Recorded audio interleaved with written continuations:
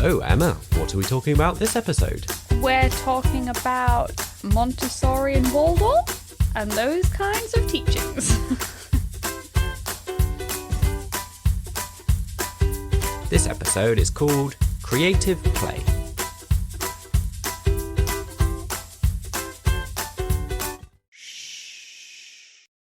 Welcome back, everyone, to our little corner of the internet. Welcome to the... I thought we'd be in a quiet library bus today. Oh, a library bus. Mm. We used to have one of them. It was very exciting when it came. If you don't know, this is Don't Wake the Baby, Unwind on sleepless nights to a wholesome mix of parenting, humour and crafting. If you're new here, you join me and Emma. We're a husband and wife. We always like to share something that's a bit different about each of us. You know, Emma's an identical quadruplet and I'm an only child and that sort of thing, just so you get to know us. Today, I thought I'd say I'm the one who is good with directions, generally speaking. And I'm the one who I would say is abysmal with directions. Elliot's very annoying in that he can have gone somewhere once and then he knows how to get there again. And I will desperately need Google Maps up again to have any idea of where I've been and where I'm going. I do worry about you driving. It could be to do with my dyslexia as well. They say that we tend to be quite good at like map reading and stuff, which is definitely a thing that I have. I like maps. Yeah. But yeah, generally I'm quite good at memorizing. I'm not bad at map reading though. I don't know, mine's also a poor visual memory thing. You have a very audible memory, yes. Whereas I can only really visualize things and remember them. I was wondering, do you think this is why I like podcasts versus YouTube? That's why you like podcasts and I like YouTube. Yeah, I just wondered if that was a thing, maybe. Yeah, maybe. It's only occurred to me now. There you go.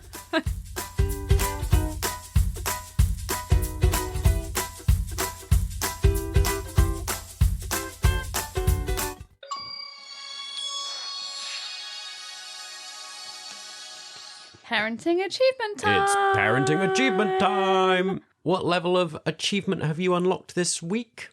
Or, well, whenever, really. Whenever? Yeah. What level parenting achievement have you unlocked, Emma?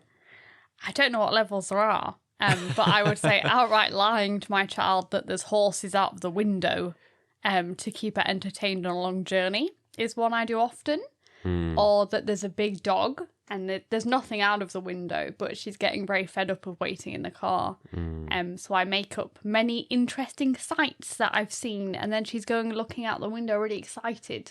Trying to find creative ways to reason with her, because she can now communicate and understand. Yes. It's no longer just, we can make her do something. You've got to find ways of convincing her that this is a good thing to do. And so that often resorts to either bribery or just outright lying to her that there's a horse out the window. Or I was going to mention about my recent discovery last night. As toddlers do, she gets very moany if she wants something and you won't give it to her. This is always about clothes because she's really set ideas. She's very fashionable. She has set ideas about what she wants to wear. So last night she was in bed and she was desperate to wear her wellies. And she was doing this thing where she's going, boots, boots, boots, every 5 seconds. I ended up resorting to pretending to opera sing no. I was going, no, no. And by the end of it, she found that hysterical. And she forgot all about the boots. I was sitting there going, can Elliot hear me pretending to sing opera of no?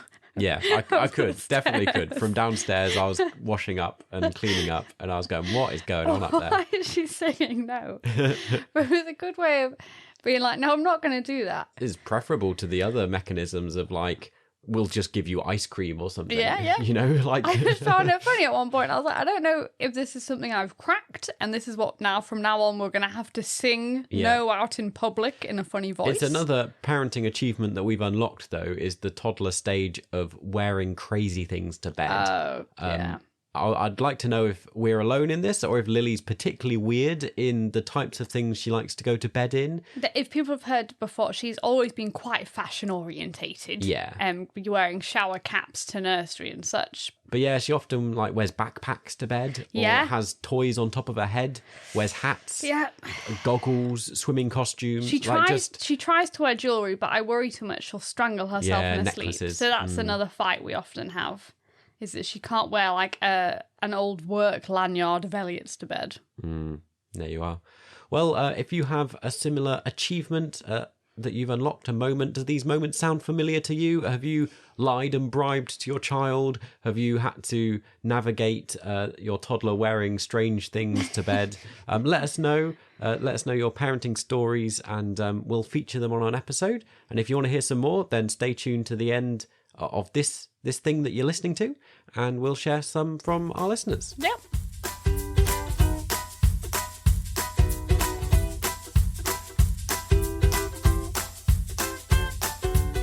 Close that stair gate with a bang and slide down the stairs into the conversation today. Which, a perfectly normal expression. We're chatting about Montessori and Waldorf and other bits and pieces. Yeah. For those who don't know, Emma, do you want to give us a history lesson? Well, I thought we'd start by reading what people thought these things were. Okay, then we could explain what they are. I feel like we should clarify that we're by no means experts on this. We're just normal parents. And I'm going to clarify now, if I say something that is incorrect, you're welcome to correct me. Yeah. It's just what my understanding is of these things. I feel like we should say something incorrect purposefully to see if people catch it, cause a bit of controversy. I think I might do anyway. We'll find out. So what did people think? I'm just finding it on my phone. So you asked some other fellow parents, some friends? Two of our, I want to call them my nursery mum friends, because I don't actually have many nursery mum friends, but I have two. First one said they think of it as Montessori and Waldorf as sensory toys and things like you encouraging them to like clean up after themselves and like help do household tasks. Okay. The other one, she's originally French, said she associates it with the Netherlands. Oh. She thinks it's very big over there. So in her head, even though like Montessori is Italian, she sees it as a very Dutch kind of learning thing. That's interesting. Yeah. You say that. I suppose I'd not considered where it had come from, but in my head, if I'd had to have made a guess about where in the world it might have originated from, I might have gone Dutch. Well, I think, and I know from listening to another podcast that there is a lot of Montessori schools over there. So actually, I think she's probably right. But until she said that, I was like, I never put together that some countries might favour it a lot more than others. And I asked my sisters, all pretty similar, of wooden stuff. Yeah, wooden stuff. And a few of them knew like it's hands-on play, it's that kind of open learning. My quick history lesson, Maria Montessori was Italian and set up her thing in Rome. And Waldorf is by someone called Rudolf Steiner. Okay. I'm learning lots. This is great. I'm just Googling it and seeing, I'm double checking and she's absolutely right. I have to remember where he's from though. In my head, he might be Austrian. That sounds right. When we first had Lily, actually, was it slightly before? I think we talked about how I read avidly while I was pregnant, lots of things about parenting. Trying to get prepared. And at that time, I'd never heard of Waldorf. I really focused on Montessori. Yeah. Because that's something I had vaguely heard of. Oh, before becoming a parent, I'd not heard of Montessori or Waldorf. Or other, I mean, the other thing is there are other There's like things as well. Reggio Emilia. Yeah. There's loads of kind of almost very similar but slightly different emphasis is on learning styles. Okay. We're focused predominantly on those two because I think, are they like the most well known? I feel like they're the most popular. Yeah. It's my impression that they've kind of had almost a second wind. I think they were very popular a few years ago when they first were created. And then there kind of was a lull, and now they're slowly becoming more popular So again. did you say this? The Montessori lady, she opened her first school with this style of of Education in 1907. I didn't say what date. Very interesting. 1907. So it's like you say, it's a long time ago, and then it's kind of really come back around recently. So let's dive into, do you want to explain what Montessori is? So it's primarily, originally, they were learning styles. Yeah. They were mainly aimed at toddler and school-age children. Yeah. So this is when, like, new books come out, like the Montessori Baby. That wasn't ever considered before because it was originally seen as a way to help children learn in a very natural way. Very much focused around education rather than... Yeah, so with Montessori, I think her whole point was that she thinks children are naturally interested in things. Yeah. So why don't you just feed that curiosity rather than saying you have to learn this, you have to learn that. You give them the choice of, there's all these activities. I feel like one of the best examples is taking a properly Montessori school where rather than teaching a curriculum where you'd sit at tables and learn something, they would have different activities dotted around. And one of them might happen to focus on maths and one might happen to be English, but you get a free choice of what you're doing. Your child will go and engage with them and learn through play as well. Yeah, learn through is a big thing in them. But as your friends and parent friends pointed out, there a lot of it is to do with wooden toys and play in that way. It's about saying the things you interact with don't need to be like electronic and flashing lights. And they said the main thing about Waldorf and Montessori, they both used very natural materials. So it's wood or like natural as in it's wood or pure metal or something you find in nature, which we really did like. And I'm not going to lie and say our child doesn't have TV or, some toys that make noises. Yeah. But I do think when I was learning about it, I thought, oh, what a great way to try and keep their imagination alive. Yeah. And try and make them more creative about things. That's what really draws me to both of these things is around that encouraging creativity and their imagination. And that's really...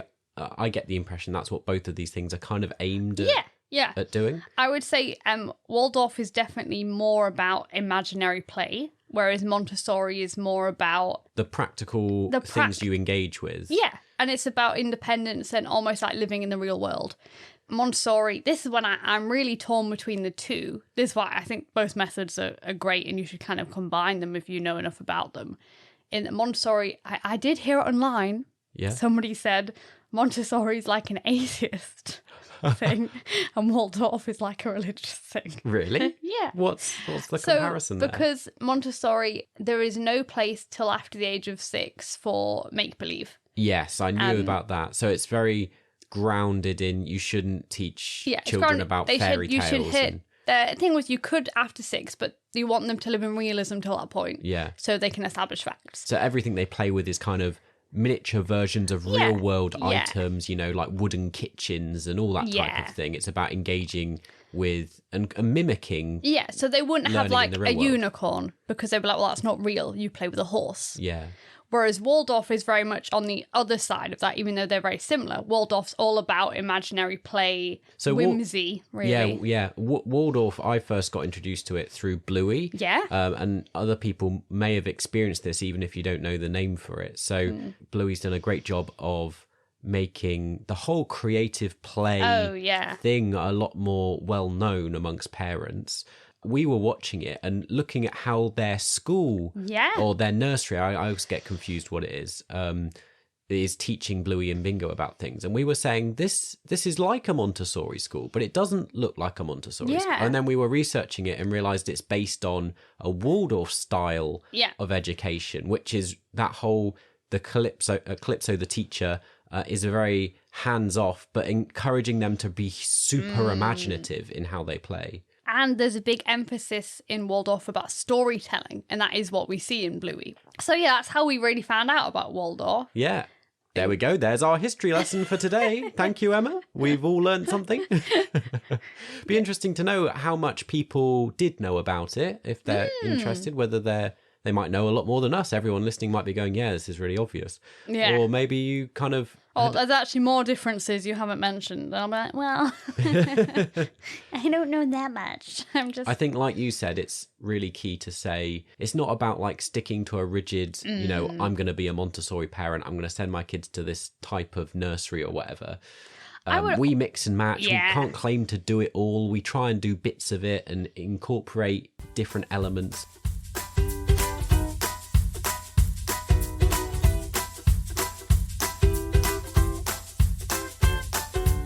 Shall we go from kind of birth onwards, as we often do, and look at different elements that we've incorporated or maybe didn't incorporate? Yeah. As maybe we can probably notice it more looking back now. We might not have known at the time necessarily that we were doing Montessori or... Because I think when we first became parents, we were actually quite keen on the whole wooden toys and everything without knowing why we were keen on it. I'd heard of Montessori, but like a lot of people, to me, that was wooden toys and playing.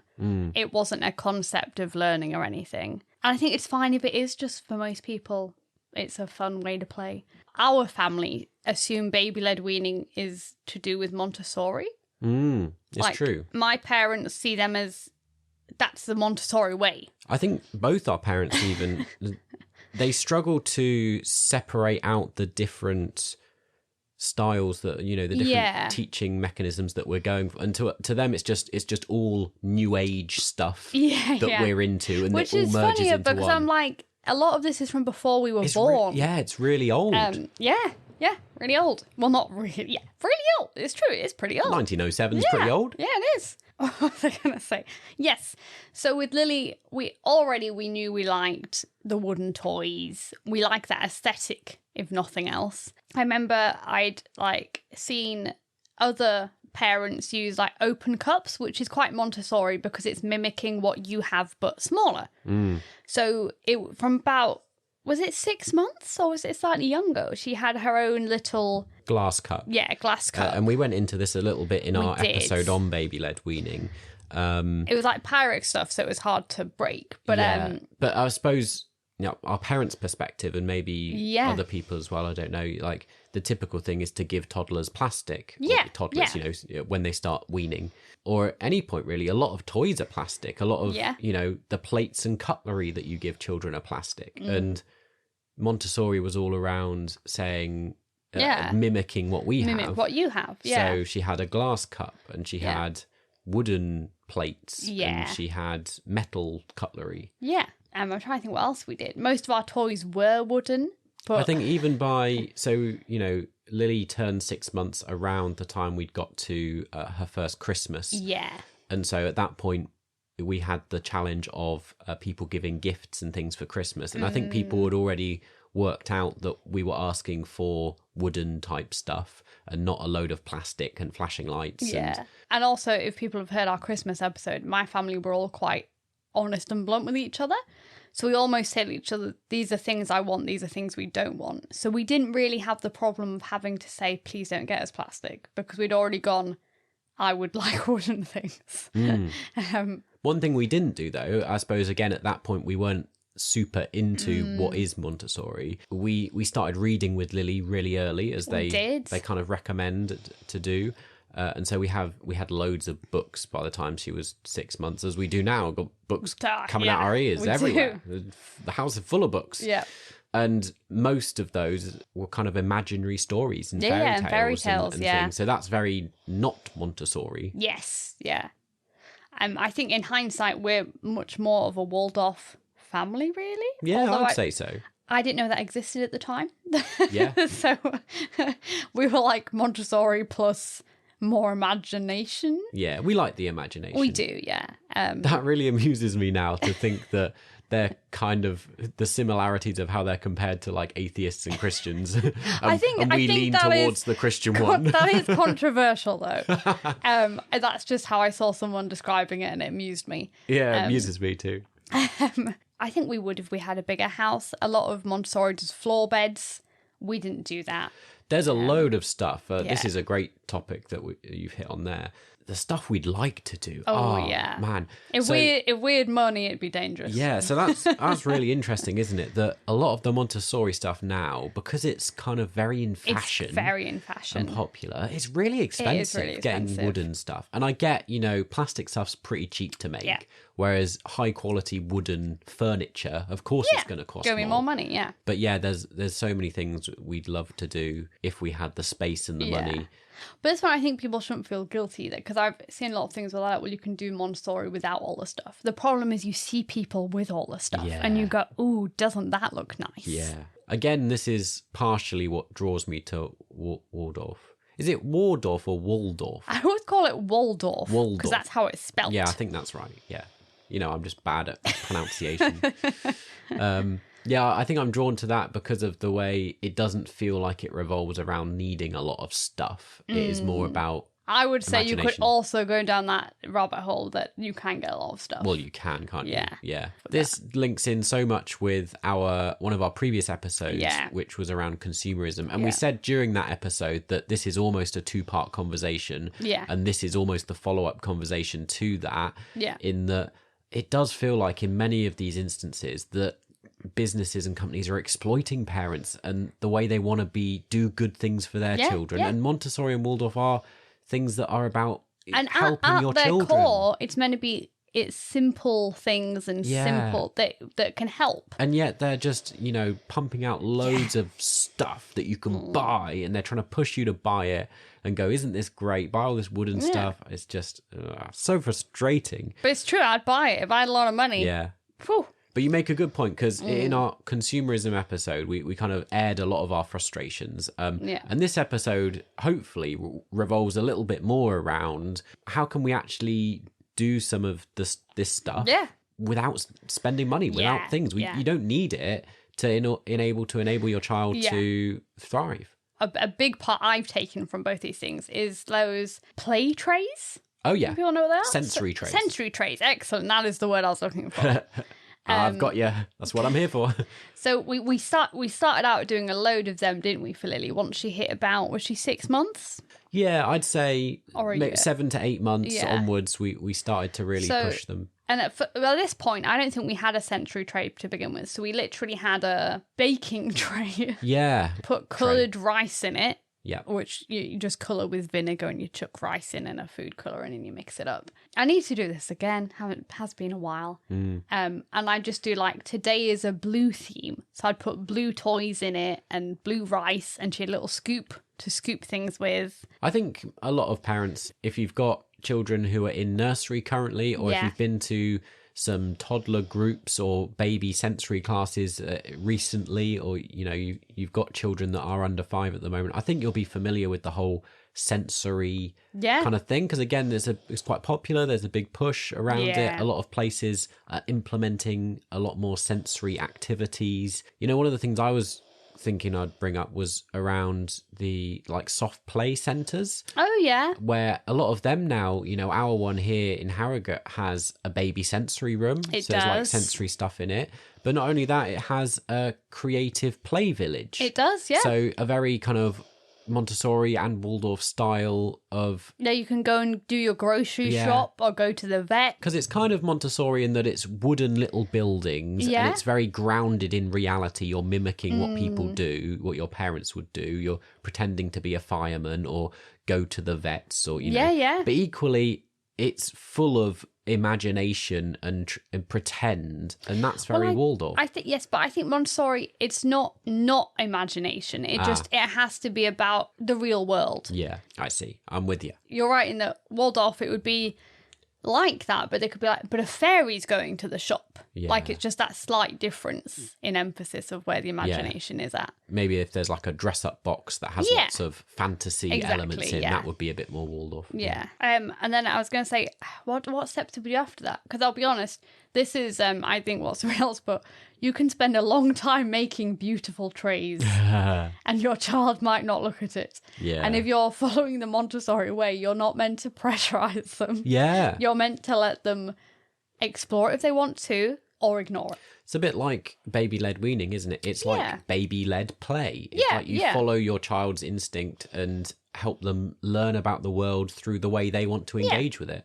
That's it. That's exactly it. You've said that beautifully. Oh, why? Thank you, darling. I think that's why I'm a big supporter of this. I really like the idea that the child is interested in something and therefore you show an interest in what that is, rather than going, well, we're going to do this activity, and which, as painful as it is when I've spent a lot of time and energy making this beautiful thing that you're not going to look at. We had someone actually comment when we told some of our regular listeners in our community chat on Facebook that we were recording this episode.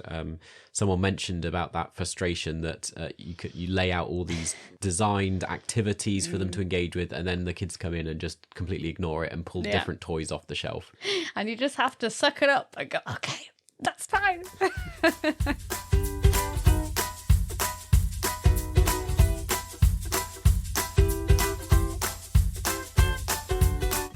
I'm interrupting myself here, or I'm interrupting Emma maybe. I'm interrupting ourselves here to remind you to click the buttons and do all the things to help the podcast grow and to, all the good stuff. It's good to ask you to do it in case you forget. We'd love you to share this episode or the podcast in general with friends and family or whoever. If you've got someone who you think would be interested in Montessori and Waldorf, share it with them. Tell them, listen to this, it's great. Or tell them, it's rubbish, don't listen to it. One thing I've not said before, remember to turn on notifications so that you can be reminded with a little bell that we've got a new episode out. New episodes usually drop each Thursday for us, but you can engage whenever you like. Whenever you like. We're a very topic-based podcast, so you can go back and listen to any episode at any time, whenever you have a spare moment. It's also a good time to remind everyone that we are something. What are we? I don't know what you want to say. Why do we do this podcast, Emma? Because we're nice people. Yeah. You're going to say because we've had some money from the church. That's not the only reason we've done it, though. That seems very conceited. As always, we're very grateful to the Kairos movement and the Methodist Church for enabling us to be able to do this podcast. Yeah. And we don't like to kind of hammer it over your head. So you can pick up on it, throughout the episodes that we're Christians and go to church and stuff. But, that's just part of who we are. And, we like to share a bit of that. You're free to believe whatever you want to believe. Yeah, of course. We're not here to say, you got to be a Christian too. Only Christians are going to listen to this podcast.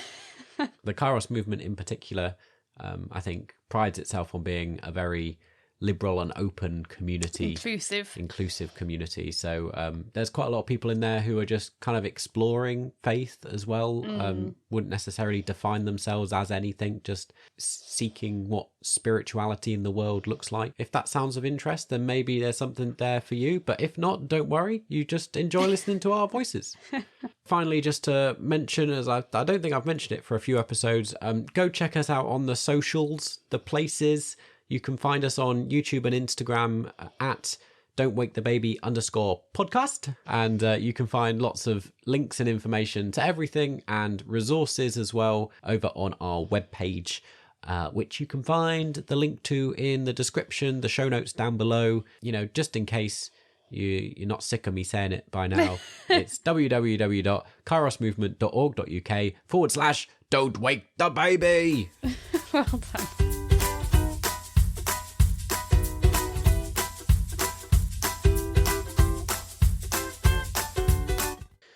I think they're both very nature driven. Yeah. And we've automatically always kind of done that. I wouldn't say it's something we've taken from them because we're both big nature lovers anyway. Yeah, we love the outdoors. I mean, you can probably tell from listening to this that we're both big advocates for these styles of play. We're very passionate about it. I mean, I feel like really we should have someone on who hates them or something. Yeah. I mean, it might be more interesting. Well, but I would say it's not realistic to, unless you have a lot of money or a lot of time, to say your whole house is going to be in Montessori, your whole house is going to be Waldorf, everything is going to fit into that niche. Because that's not the reality of parenting. Yeah. If I was that way, she would never have anything plastic. But I mean, and you have to realise as parents that toys. You often have to compromise and pick your battles. There's things we'd like to do that you can't always manage, and that's okay. You just roll with it and do the best you can. I think we do have to recognise that, as well as cost, which you definitely mentioned, there is also an element of, I suppose, these things being considered quite middle class. Yeah, I think that's probably true. Yeah. And I don't want it to feel like we're looking down on any parents that have That lots don't of do them. plastic Yeah. toys and battery-powered flashing lights, and that's fine. That's okay. Yeah. You know, we're just big fans of this style as well. Yeah, yeah. I'd also say Lily equally loves flashing toys. Yeah, yeah. And I suppose maybe the question next is how, you know, in our consumerism episode, we expressed frustration that a lot of this stuff is pushed on us. And that's how we kind of end up sometimes with a lot of these things. But actually, there is a bit of hope that given the choice, I know Lily does like a lot of flashing lights and plastic toys, but she really enjoys and seems to just naturally gravitate towards a lot of these styles, which I suppose is the idea. Yeah, yeah. I think it is. And I think in many ways, she's a very Montessori child. In that a lot of things I've read about them being very independent. And I was like, she is a very independent child. Like, she's clingy with me, but she's very independent in that she knows what she wants. And she's very good when you go out for a meal. She's happy to sit and play by herself and choose what she's going to do. This is something I thought I'd mention, which I don't know if it particularly fits with these styles of play or not, but I feel very proud in hindsight that as a parent, I spent quite a lot of her formative kind of 6 months to a year period when I was in charge of childcare on various days. I would often like leave her to play by herself. And you would often come in and be like, why haven't you created a sensory tray? Why haven't you put any effort into making a Montessori style thing? I'm like, well, I've just left her to play with the TV remote, or, you know, she's just sat on the floor, you know, doing something, and I'm doing some work on my phone or something. And actually, I think having a little bit of that in the mix has been, looking back, really helpful, because it's enabled her to have that independent play and learn to engage with stuff by herself and have quite a lot of imagination. Yeah, I think that's true. So points to Baba. Points to Baba. Points for neglect. I'm claiming it. Yeah. I think we do have this pressure that you feel like, especially I felt like I needed to almost do something educational all the time. To be like, oh, well, I need to because it's good for her brain. So I need to do all these things all the time just to, you know, feel like I'm achieving something. I wonder if part of that is we do have a lot of family and friends and, you know, even some of our parent friends who listen to this podcast. We've got quite a few teachers and people who work with children and people who run toddler groups. And there's a lot of influence through all those people who do put a lot of effort into doing a lot of this stuff in the right way. And you pick up on some of that and you go, wow, that's a great idea. We should be doing more let's of that. do that. And I think social media is a huge part of it, in that I used to watch a lot of Montessori Instagrammers and channels, and they seem to do a new activity not even every day, every other hour. And it does make you feel like you've got a lot of pressure to just provide so many activities for them to choose from. When I think you're right, part of both of these learning methods is letting the child kind of decide what they're going to do almost on a whim sometimes, to be like, I've set out some things, but if you want to do something different. So this feels like it leads kind of naturally into, as children get older, then, as you've already mentioned, this style wasn't really intended for babies and young toddlers. And what we've talked about so far is how we've implemented some of it with Lily when she was a baby and a toddler. But then there's the stage where they start interacting with kind of the education system and childcare and all that. It's fascinating that a lot of nurseries these days they're styled in a way that has this creative play, even though I think a lot of them don't say we're Montessori or Waldorf. Like our nursery is definitely a Montessori style. It is definitely, nursery. And it's why we liked it when we initially saw it and saw all the activities they do with them. And it's going back to your outdoor thing. Ours is very, very big on outdoors and nature. Yeah. Which, once again, we were really big fans of. But I don't think... Because we originally watched Bluey, we were like, wow. And I think that's because it was a school setting. But I think most of our nurseries are becoming those kinds of settings. And that's really good, in that they're really promoting doing outdoor things and exploring things, not just, you know, being active, like touching the slimy stuff and seeing what it is. And actually interacting with much more things rather than just being like, we're going to read about it. They're like, well, let's go see what that looks like. Yeah. We'll talk a bit more in a second about that kind of education system as we progress through it. But it feels like a good point to interject there around how things have changed, because often on our podcast, we quite like to look back and think about how did things look when we were growing up. And I think this is a fascinating one, really, because it has changed a lot. A lot. And it hasn't. So I know, it's odd, isn't it? It's a weird one where definitely in the past, and someone was telling us about this who's kind of been involved over the past 10, 20 years maybe, kind of more short term. Yeah. It's really changed, and there's a lot more places that offer and have engaged with these styles of creative play. But then you go back to when we were children, there was a lot more plastic, if you like. Yeah. But in the like early 90s and things, you didn't get like a lot of the battery powered flashing light things. It was still a lot of ways you engaged imaginatively. Yeah. So I remember being at nursery, and even at home my parents would buy a lot of this stuff. You know, I was a big fan of playing with Lego and with Playmobil, and they were plastic, but I had like these big pirate ships and castles that had little figures, and I would spend hours like imagining like stories and playing with them and shooting the little trebuchets and the cannons on the pirate ship, and that's very like in keeping. And it was plastic, but it's weird how we're kind of coming a full circle. And I think also, I remember at my nursery, we did do a lot of art and like painting. And I actually think that's something that maybe has been continuous. I think art has a lot of the time been seen as a very good thing for young children. But like you, we didn't have, toys that fought each other, but we had a lot of those animals, plastic animals. And we'd make Lego houses for the animals, and they'd live in a street, and that it really reminded me of like a lot of things Lily plays with now. Yeah. Just hers is often made of wood. Yeah. So it's just made me think, you saying that, how one of the major differences between when we were young and now is particularly around like electronics. Yes. And how a lot of that type of stuff has developed and is a big draw for kids. And now there's almost this big push away from that. Well, I read a thing yesterday that really annoyed me about millennial parents and how that we're just parenting with iPads and tablets. And they were really criticising it. And I wanted to be like, not in a mean way.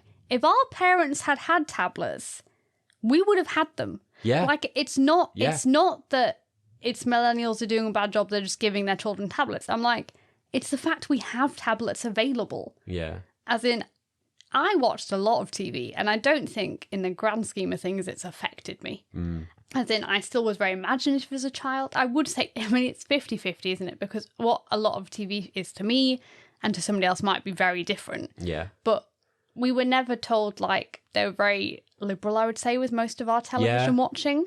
So I often think if tablets had been available, then I think we would have been given them. Lily doesn't have one yet, but it's not something I'm against having. Well, I just find it interesting because many of you might know if you're long-time listeners, but if you don't, I work in, with the church, but I work in digital. I work with technology. And so I'm very invested in promoting technology in a positive light, and for me I get really frustrated when people blame in technology the same way, for things. I work in the video game industry where both people are very into technology, but it frustrated me that they were basically saying millennials are lazy parents because they just give them a tablet. I saw something actually might have even been this morning, where a post on social media that was advocating like the complete opposite against that, supporting parents in saying a lot of people point the finger of blame and say, your kids watch too much screens and too much TV, and they were showcasing how like, here's the result of my kid watching too much TV, and they'd been watching so much, the Great British Bake Off. Oh yeah. And they'd been learning how to bake, and they'd been really encouraged and they're really enthusiastic. And they'd produced some great like pastries,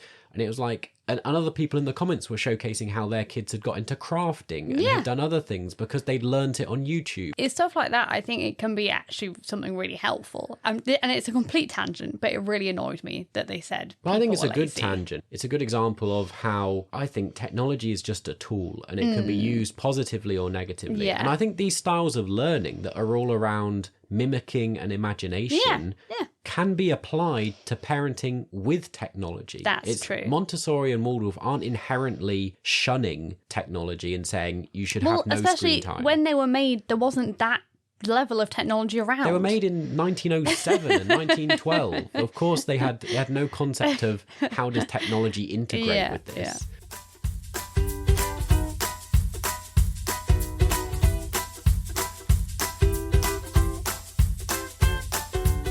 Shall we shift on and talk about the education system further up the chain? And some of this Yeah. is not stuff we've I was experienced going to say, yet. we don't really know yet. No, but when we're talking about this, it feels important to mention because it's something we talk about quite a lot. We do. So, for example, the whole like Montessori nursery, we've not sent her to a specific one, but it is in the No. style. But we've also talked about, should we send Lily to a Montessori primary school? Yeah, we have talked about that a lot.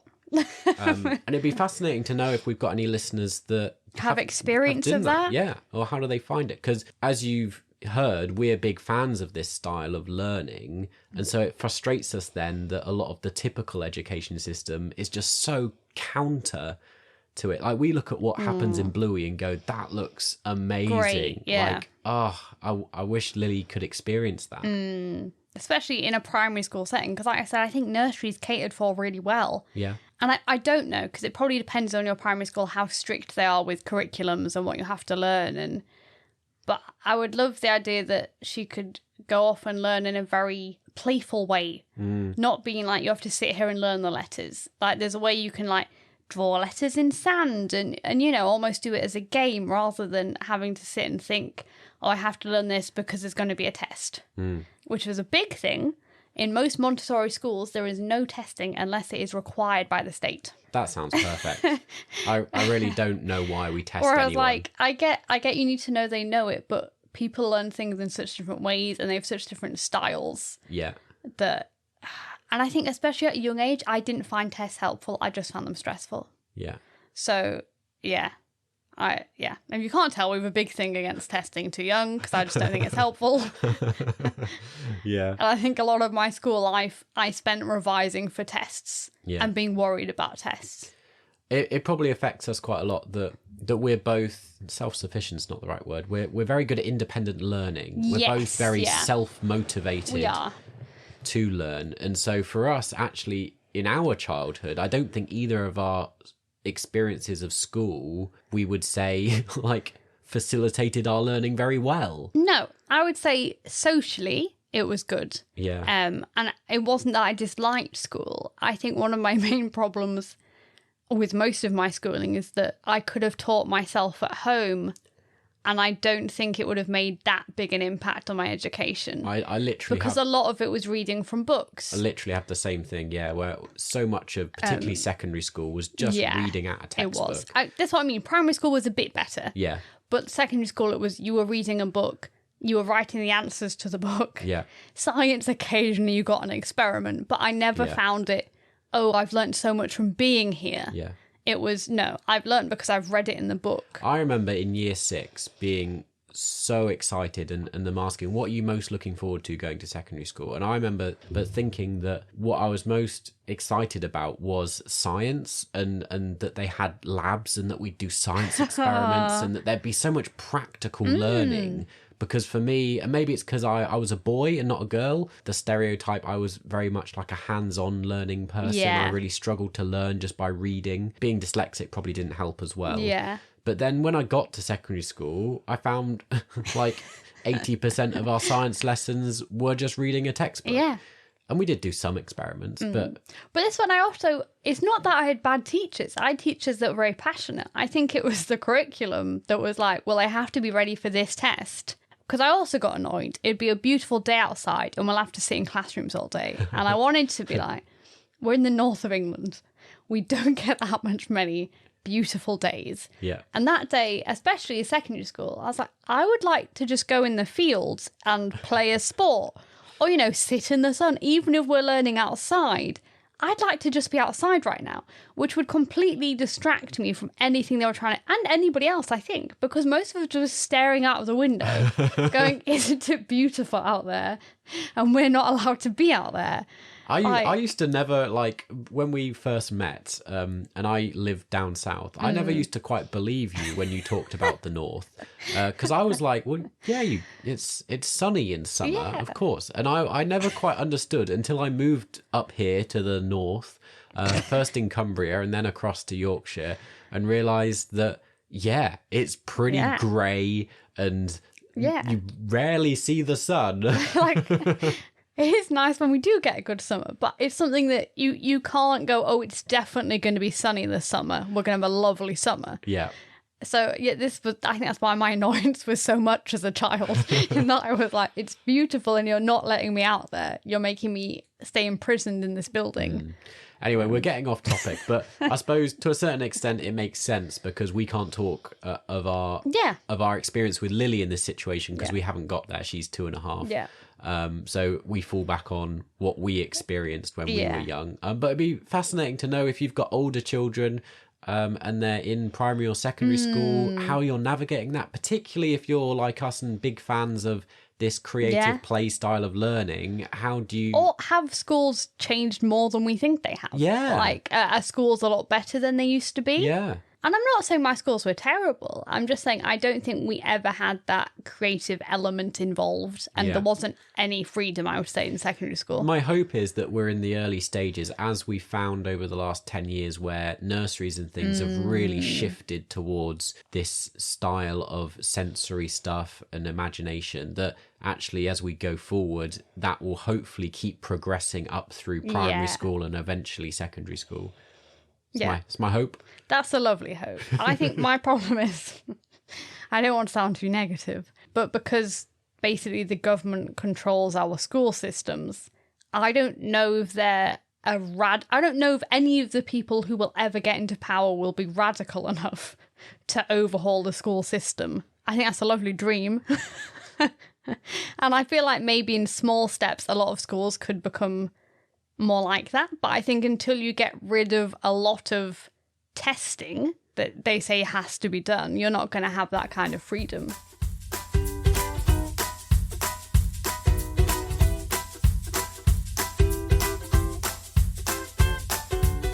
Do we have any parenting stories to share today? I'll have a look, see if we've got any comments or things that listeners have sent in or commented on social media. Yeah, one of the things that someone commented and mentioned on I think it was last week on one of the episodes or posts we shared, was telling us about a time when a parenting fail, that when they went out, happened to be New Year's Day that this story happened, but they were encouraging their 2.5-year-old to run through puddles in town, and it all was going fine for 10-15 minutes until they hit one puddle with too much gusto, and then there was lots of tears followed by an emergency pair of leggings from next sales rack. So bless. Very similar to some of our experiences where a single drop of water on clothing and suddenly it's like, I've got to take this off. Got to take it off now. Got to change it. Yeah. And they were out and about and therefore had to go and quickly buy a new pair of trousers. Yeah. I can resonate with this story. Yeah. But there we go. Is this story sound familiar to you if you're listening? Let us know. Comment on a post somewhere. Let us know what's going on in your lives, and we'll share it with the wider world so we can all enjoy and relax in the knowledge that we're all not perfect. Yeah, and that there's other people going through the same thing out there. Well, thank you everyone for joining us here in the quiet corner of the library bus. Whoop whoop. I feel like it's a very 90s thing having a little library bus go round. And yeah, I don't know if that... I mean, I assume they might do. Who knows? Did other people have library buses? Maybe because we're a bit of country bumpkins. We both, yeah. Yeah. Well, there you go. Anyway, let us know. Did you have a library bus? If you don't know what one is.